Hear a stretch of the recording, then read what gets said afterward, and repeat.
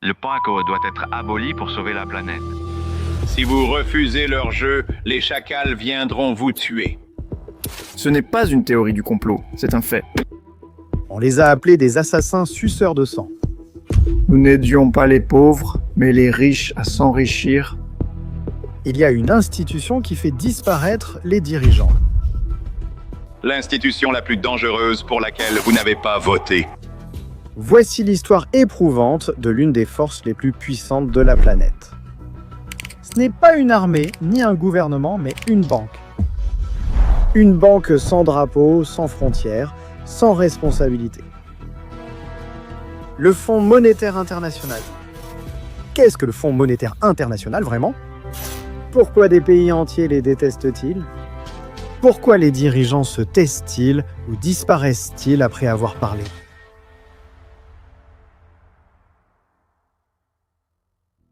Pour offrir des informations exclusives sur cette organisation, nous avons interviewé Alex Gladstein, le directeur de la stratégie de la Fondation des droits de l'homme. Avec son aide, nous avons cherché des réponses.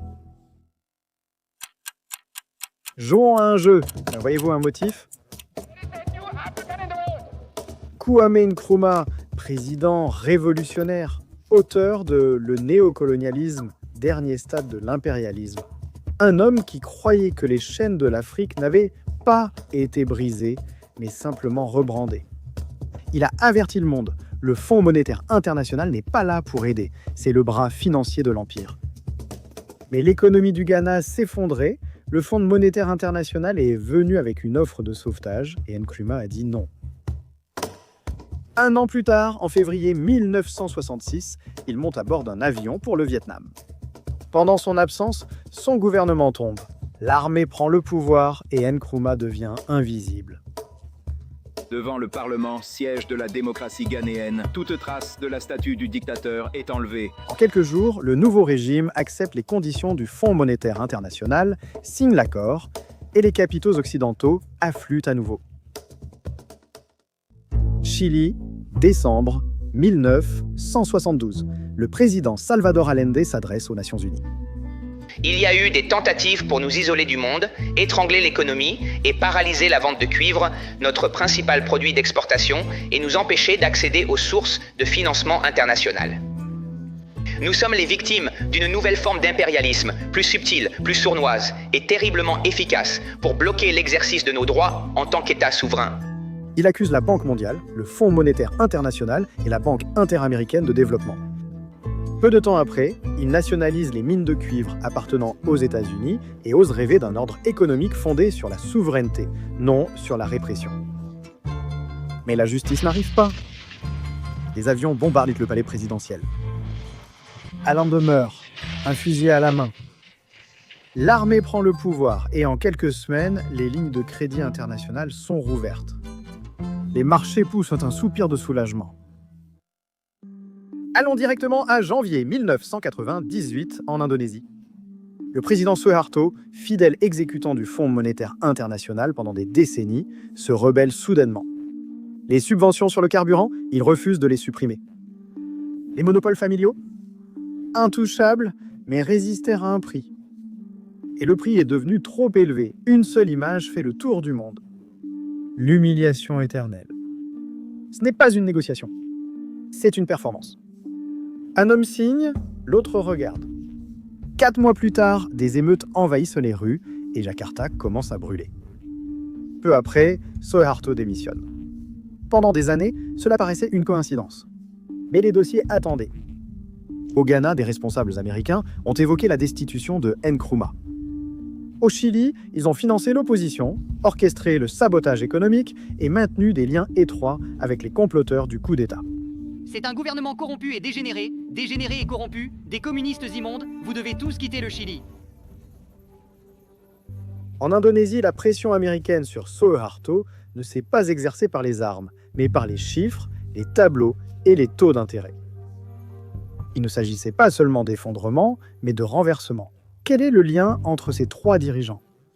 Chacun a défié l'ordre économique mondial, chacun s'est opposé au Fonds monétaire international, et chacun a disparu. Comment une institution sans soldats, sans drapeau et sans responsabilité peut-elle plier des nations à sa volonté ?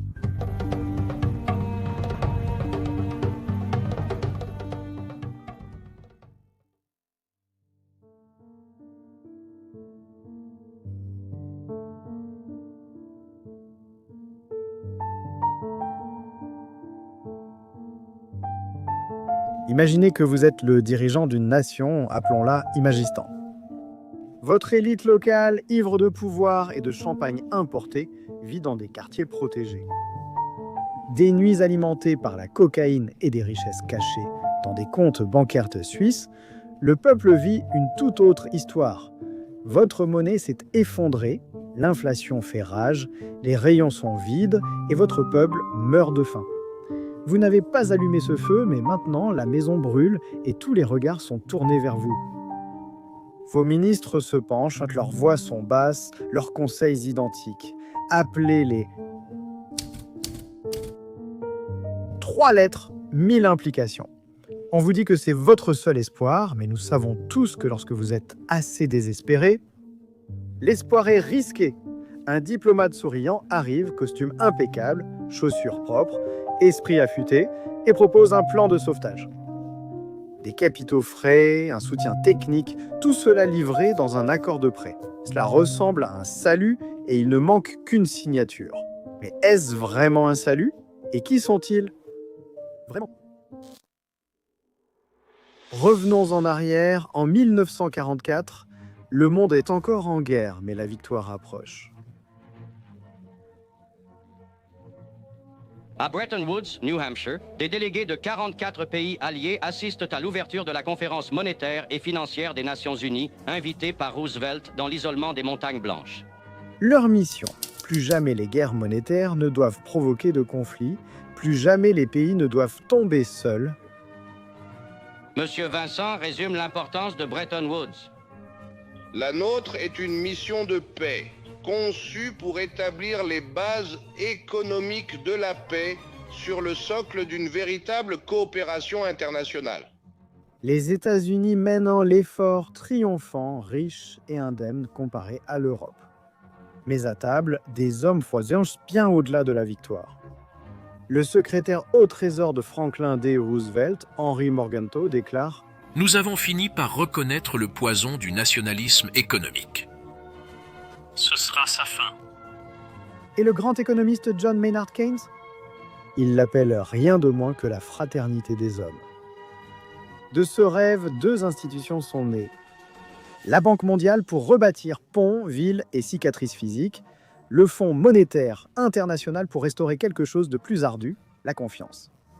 Le Fonds monétaire international stabiliserait les monnaies, empêcherait les manipulations et serait le prêteur en dernier ressort.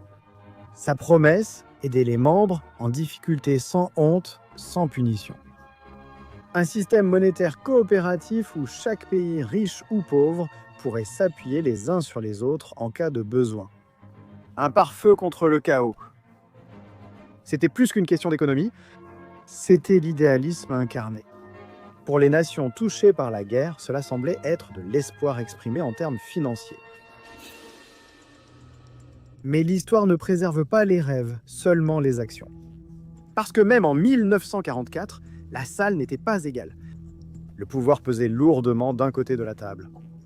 Et alors que l'encre séchait encore, l'équilibre du monde était déjà en train de basculer.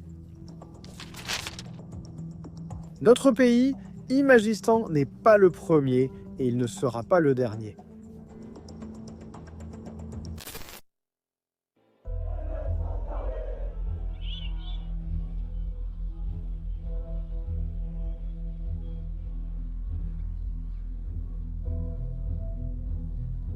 Il n'a que 17 ans, abattu en plein visage par un soldat. Pas dans une zone de guerre, pas lors d'une bagarre de gang. Non, pendant une manifestation.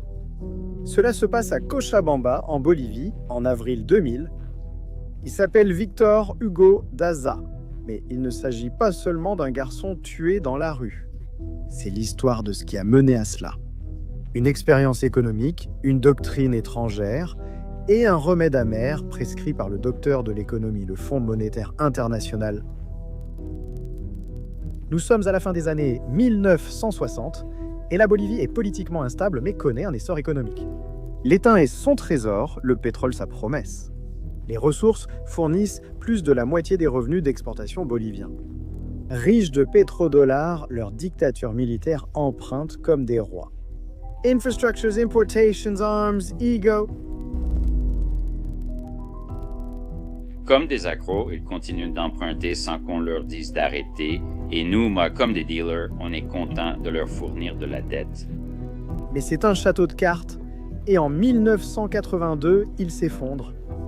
La dette explose au-delà de 100% du produit intérieur brut, puis les recettes fiscales s'effondrent. La solution, imprimer plus d'argent, encore et encore, jusqu'à ce qu'une miche de pain nécessite un sac de billets. L'inflation atteint 11 000%. Ce n'est plus une crise, c'est un coma. Et il faut un médecin. Dans les couloirs du pouvoir, un nom résonne sans cesse. Fonds monétaire international. Mais le Fonds monétaire international n'envoie pas des médecins ordinaires, il envoie des chirurgiens téméraires, non pas pour sauver, mais pour pratiquer une thérapie de choc.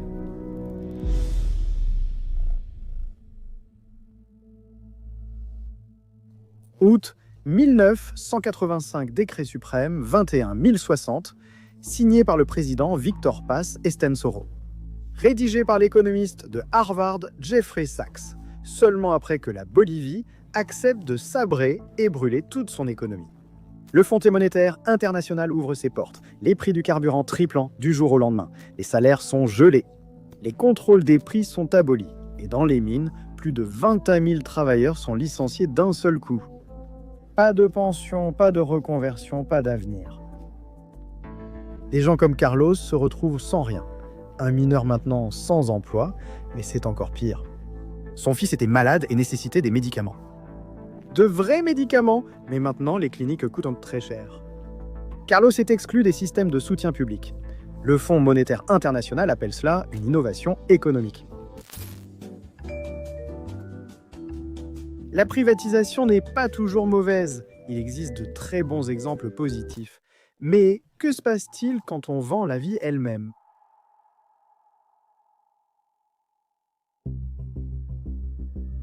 En 1999, Semapa, la compagnie publique des eaux de Cochabamba, est vendue. L'acheteur, un consortium étranger appelé Aguas del Tunari, dirigé par Bechtel. Ce n'était pas que de l'eau, mais du contrôle. Toutes les sources, y compris puits communautaires et eau de pluie, étaient désormais facturées. Soudain, la facture d'eau a explosé. 100%, 200%. Certaines familles ont vu leur facture augmenter de 300%. Carlos ne peut plus se permettre d'acheter de l'eau pour son propre fils adolescent, Victor, le peuple riposte. Étudiants, ouvriers, agriculteurs, unis sous un même nom. Coordinador. Février 2000, ils défilent, ils bloquent les routes, ils exigent que l'eau soit rendue au peuple. Mais le gouvernement répond avec des chars, la loi martiale. Peu après survient le moment qui allait bouleverser le pays à jamais. Le 8 avril 2000, Victor Hugo Daza est abattu à 17 ans pour avoir défendu l'eau. Son sang a taché le trottoir et l'eau n'a plus jamais semblé propre. Mais l'histoire ne s'est pas arrêtée à Cochabamba. Bechtel n'en avait pas fini. Ils ont poursuivi la Bolivie pour 50 millions de dollars. Pour des profits qu'ils n'ont jamais pu voler. Ils ont porté plainte au Centre international pour le règlement des différends relatifs aux investissements tribunal de la Banque mondiale en profitant d'une faille dans un traité néerlandais. Le pays qui venait d'enterrer ses enfants devait maintenant payer une rançon à leurs assassins. Des manifestations ont éclaté à San Francisco, en Espagne, aux Pays-Bas. Des militants se sont enchaînés au siège de Bechtel. Finalement, la société a cédé. Ils sont partis avec 30 centimes. La Bolivie n'était pas seule. Le Fonds monétaire international a proposé des solutions, mais ces interventions et leurs effets secondaires ont souvent été mortels. Ce que le Fonds monétaire international et la Banque mondiale font réellement, c'est exploiter les pays pauvres pour leur main-d'œuvre et leurs ressources, et c'est en quelque sorte un mécanisme néocolonial.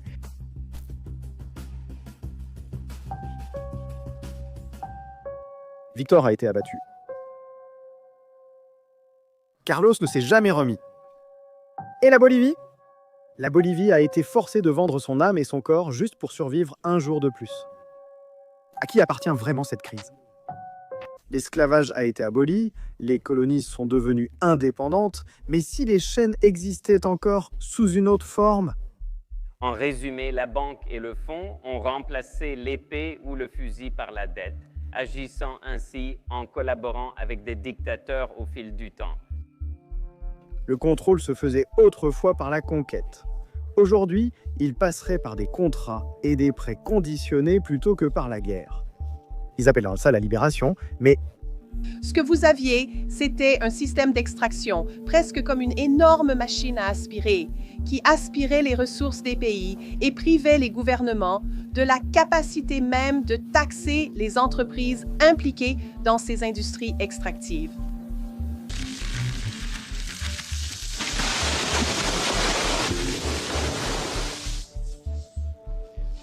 Alors que le monde riche fait la leçon aux pauvres sur l'importance de préserver l'environnement, le Fonds monétaire international et les banques disent au peuple des Philippines qu'il doit exporter pour rembourser la dette.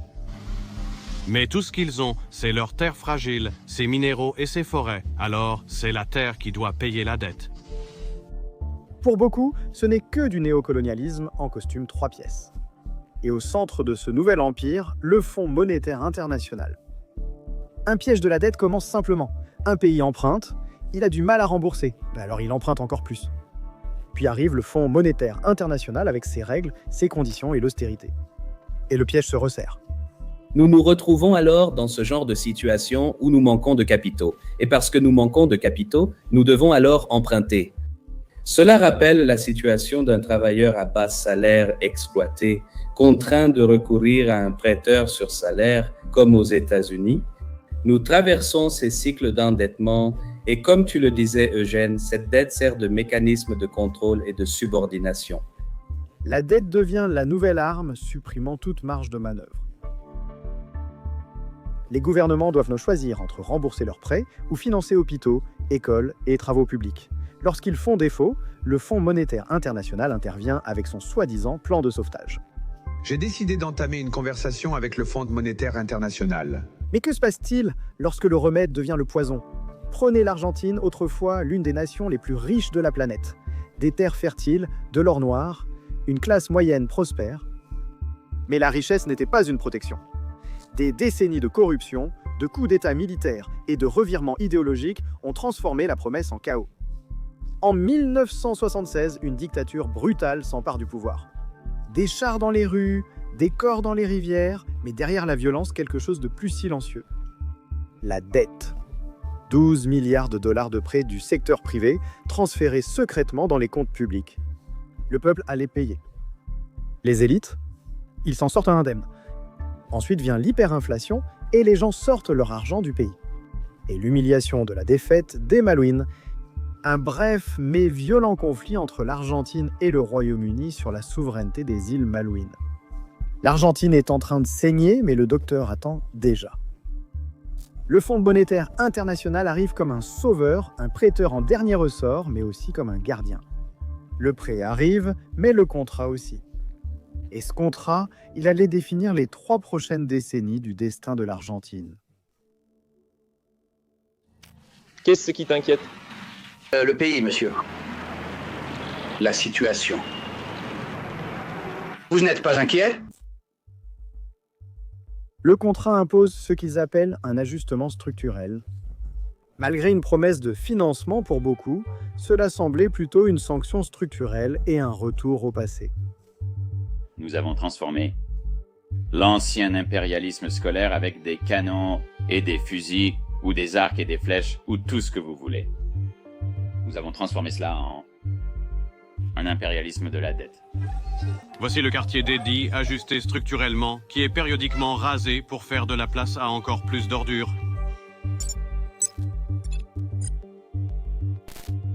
Les biens publics sont vendus, les dépenses sociales réduites et les subventions supprimées. Plus jamais l'État ne le fera. Interviendra ou ne s'impliquera dans des domaines qui ne lui appartiennent pas. Tout cela pour l'efficacité et la stabilité. Mais l'Argentine s'enfonce au lieu de guérir. En 2001, l'Argentine fait défaut sur sa dette.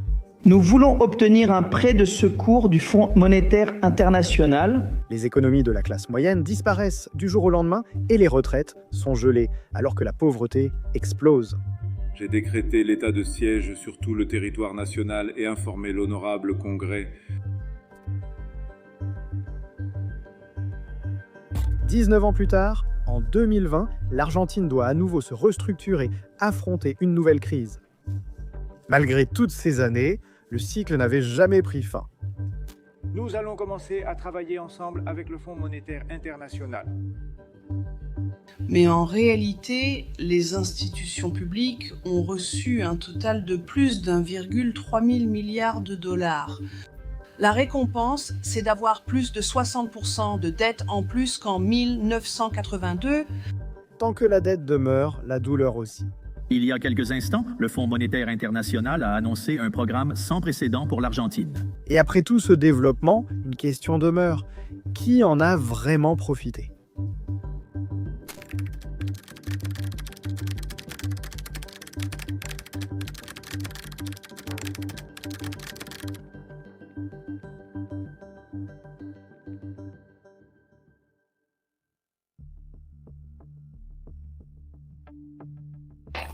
La croissance économique et la stabilité financière rendent le monde plus sûr. Protester contre les politiques économiques a un impact sur les gens, du prix des courses à l'éducation. L'accord avec le Fonds monétaire international concerne les emplois et les perspectives d'avenir. La promesse du Fonds monétaire international est séduisante. Cela ressemble à de l'espoir et à la prospérité. Mais ensuite, ils vous tendent les petites lignes du contrat. Quand le Fonds monétaire international intervient, il apporte plus que de l'argent, il apporte des règles. Les réformes frontières ne sont pas négociées au Parlement, mais à huis clos, avec des technocrates non élus et des responsables à Washington. Je pense qu'il est essentiel de comprendre le rôle dominant que jouent ces institutions. Souvent, les gouvernements sont plus réceptifs aux intérêts de la Banque mondiale ou du Fonds monétaire international et aux exigences de ces institutions qu'à leur propre Parlement et Assemblée législative. En réalité, cela prive le processus démocratique de sa substance. Ils appellent en cela la conditionnalité, un mot stérile pour quelque chose de bien plus froid. Réduire les soins de santé, geler les salaires, vendre les biens publics, c'est l'austérité sur une feuille de calcul. Et la douleur n'est jamais partagée équitablement. En Argentine, la pauvreté est passée de 37% à 58%. Et les suicides parmi les populations pauvres ? Bien sûr, ils ont augmenté. À mesure que les services publics s'effondrent, la braderie commence. Les réseaux électriques, les réseaux de télécommunications, les chemins de fer, privatisés au nom de l'efficacité, sont rachetés par des initiés politiques et des entreprises étrangères. En Afrique et en Amérique latine, Citibank et Chase prennent discrètement le contrôle des usines et raffineries qu'ils ont financées par leurs propres prêts. Les conséquences sur le terrain étaient graves, et tandis que les hôpitaux fermaient et que les villageois rationnaient l'électricité pour éviter les coupures, Wall Street portait un toast aux échanges d'aides capitaux et à leur succès sur les marchés émergents. Cette vulnérabilité a attiré de nouveaux investisseurs. Des fonds spéculatifs comme Elliott Management de Paul Singer ont acheté de la dette souveraine en difficulté pour accentuer la pression, non pour offrir un soulagement. Ils ont engagé des poursuites contre des nations déjà fragilisées par les politiques du Fonds monétaire international. Ce n'étaient pas des réformes, c'était des transferts de richesses au détriment du peuple. Les critiques du Fonds monétaire international disent que c'est démodé et inefficace. Sur les 89 pays en développement qui ont reçu des prêts du Fonds monétaire international, plus de la moitié ne s'en sont pas mieux sortis par la suite. En fait, 32 étaient plus pauvres. Mais voici la partie rarement évoquée. Ces accords, ils ne se contentent pas, soi-disant, de renflouer puis de vider les pays. Ils donnent aussi aux prêteurs initiaux le sentiment « Les institutions multilatérales sont en sécurité. Les banques commerciales et les pays bilatéraux sont en sécurité, mais les populations du tiers-monde ne le sont pas, car elles paient toujours une dette. » Et c'est ce que beaucoup considèrent comme la vérité non dite de la politique du Fonds monétaire international. La souffrance est socialisée, mais le profit est privatisé. Je pense que nous devons absolument nous concentrer sur ces règles qui ont été établies et dire que ce sont de très mauvaises règles si nous devons déterminer ce qu'est une bonne règle en fonction de son impact sur les gens ordinaires. Fondé sur la grande idée de la coopération internationale, pourquoi le Fonds monétaire international s'accroche-t-il à ces règles controversées? Pourquoi ont-ils mis en place ces politiques? Est-ce parce qu'ils n'ont pas les connaissances nécessaires pour comprendre comment relancer réellement ces économies? Les concepteurs de ces recommandations politiques pour les pays en développement sont des personnes très intelligentes. Ils comprennent les concepts clés et les réalités essentielles. Alors, qui servent-ils? Eh bien, il suffit de regarder le résultat. Le résultat, c'est que les pays en développement ont constamment été freinés dans leur développement économique et que leurs ressources ont été extraites de manière très efficace et à très bas coût au profit des pays industrialisés. Ces politiques intelligentes ne sont pas des accidents. Elles reflètent les intérêts qui sont réellement servis. Pour comprendre pourquoi le Fonds monétaire international continue d'imposer des règles qui nuisent aux gens ordinaires, nous devons regarder qui établit ces règles. Le Fonds monétaire international appartient à 190 pays, mais il n'agit pas comme une démocratie. Il agit comme un club d'actionnaires. Les votes reposent sur des quotas, ils ne sont pas égaux. Les États-Unis détiennent plus de 16%, suffisamment pour opposer leur veto à toute décision majeure. L'Europe et d'autres pays riches contrôlent le reste. Pendant ce temps, sais-tu quelle est aujourd'hui la représentation de l'Afrique à la Banque mondiale? Deux administrateurs pour un continent de 54 pays, non? Donc le déséquilibre dans la structure de gouvernance est évident. Le Fonds monétaire international ajoute un 25e siège à son conseil d'administration. Même si le Fonds monétaire international a récemment annoncé de légers changements, la tendance est claire. Le Sud global emprunte, le Nord global décide. Leur utilité principale, c'est le pouvoir, pas forcément le profit, c'est de contrôler les sociétés. Face à ce déséquilibre, la Chine et l'Inde réagissent. Brésil, Russie, Inde, Chine, Afrique du Sud, la Banque asiatique d'investissement et de nouvelles règles. De nouvelles institutions. Le message est simple, si le Fonds monétaire international ne change pas, nous construirons autre chose. On pourrait croire que le Fonds monétaire international a atteint son apogée, mais il agit le plus quand les pays sont faibles. Pendant le Covid, ils ont poussé les gouvernements à beaucoup dépenser, mais les contrats prévoyaient discrètement des restrictions une fois la tension médiatique retombée. Coupe de subventions, gel de salaire, hausse de taxes sur la valeur ajoutée même en pleine pandémie. Ils disaient reconstruire en mieux, mais beaucoup ont reconstruit en ruine. Aucune bombe, aucune invasion, seulement des chiffres. Mais ne vous y trompez pas, c'est une autre forme de guerre. Et si le sauvetage était le piège? Oui, je pense que la société occidentale, que ce soit l'Amérique, l'Europe et au-delà, sera tellement plus saine dans un monde sans ce système et elle sera moins prédatrice, moins exploitante, elle sera plus dynamique, je pense qu'elle sera plus résiliente, elle sera plus morale.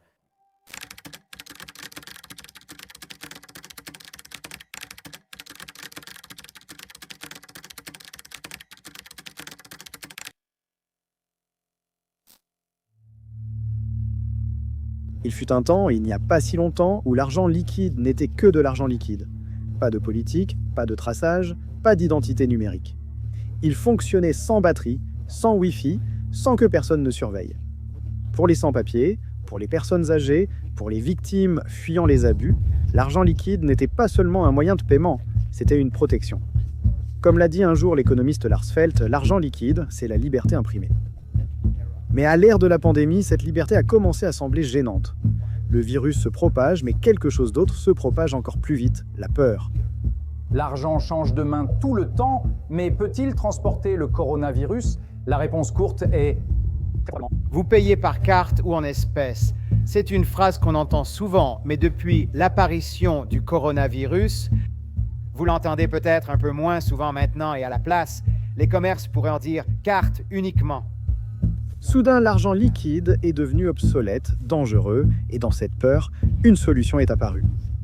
Sans contact, sans friction traçable, c'était un changement de paradigme, car lorsqu'une crise survient, les systèmes changent. Voici les monnaies numériques de banque centrale, les monnaies numériques de banque centrale, programmables, traçables, permanentes. Avec les monnaies numériques de banque centrale, chaque achat est enregistré, chaque transfert est sauvegardé et chaque mouvement est cartographié. Ils ont promis l'inclusion, l'efficacité, la modernisation. Ils disent que les monnaies numériques de banque centrale sont pour les personnes non bancarisées. Mais qui les construit? Mastercard, Visa et des consultants du Fonds monétaire international liés à de grands fonds de fintech. Nous ne voudrions pas d'un monde où le gouvernement voit en temps réel chaque transfert d'argent effectué par quiconque. Et pourtant, c'est exactement le monde que nous sommes en train de construire. Ces banquiers centraux se présentent comme des technocrates indépendants. Mais ils ne sont pas neutres, et ils ne sont pas élus non plus. Pourtant, ils comptent parmi les personnes les plus puissantes au monde. À chaque échec, ils gagnent en pouvoir, que ce soit sur les taux d'intérêt ou le chômage. Des taux hypothécaires aux monnaies numériques. Les banques centrales ou des institutions comme le Fonds monétaire international ne sont plus seulement des régulateurs, ce sont les architectes du quotidien. Devons-nous nous inquiéter, comme l'a dit le légendaire économiste Milton Friedman?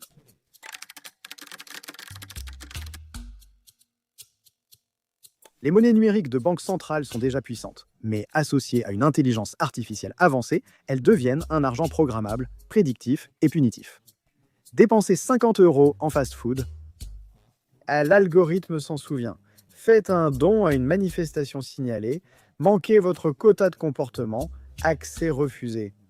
En programmant les monnaies numériques de banque centrale, cet argent peut être précisément ciblé selon le type de personnes qui peuvent le posséder et le type d'utilisation qui peut en être fait, par exemple, pour la nourriture. Ce n'est pas de l'argent, c'est une laisse.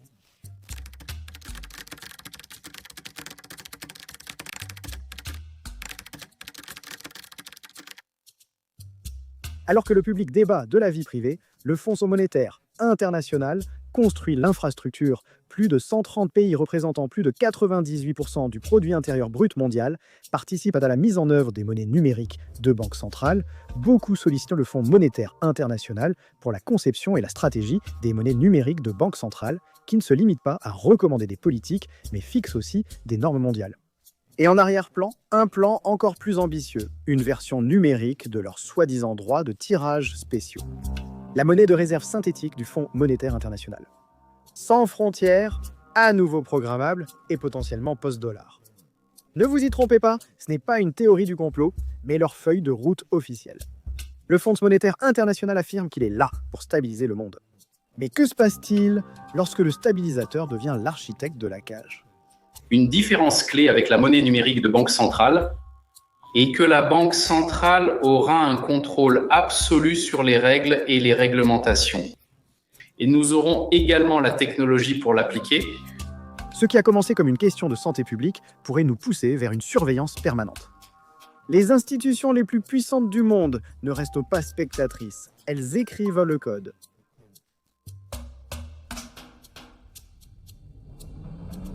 Avant, la liberté était dans votre portefeuille. Aujourd'hui, votre argent peut être signalé, gelé, filtré ou refusé. Ce qui compte, ce n'est pas ce que nous gagnons, mais ce que nous perdons. La vraie question n'est pas si les monnaies numériques de banque centrale vont arriver, mais si nous comprendrons ce que nous perdons avant qu'il ne soit trop tard. En fin de compte, c'est à vous de décider, non?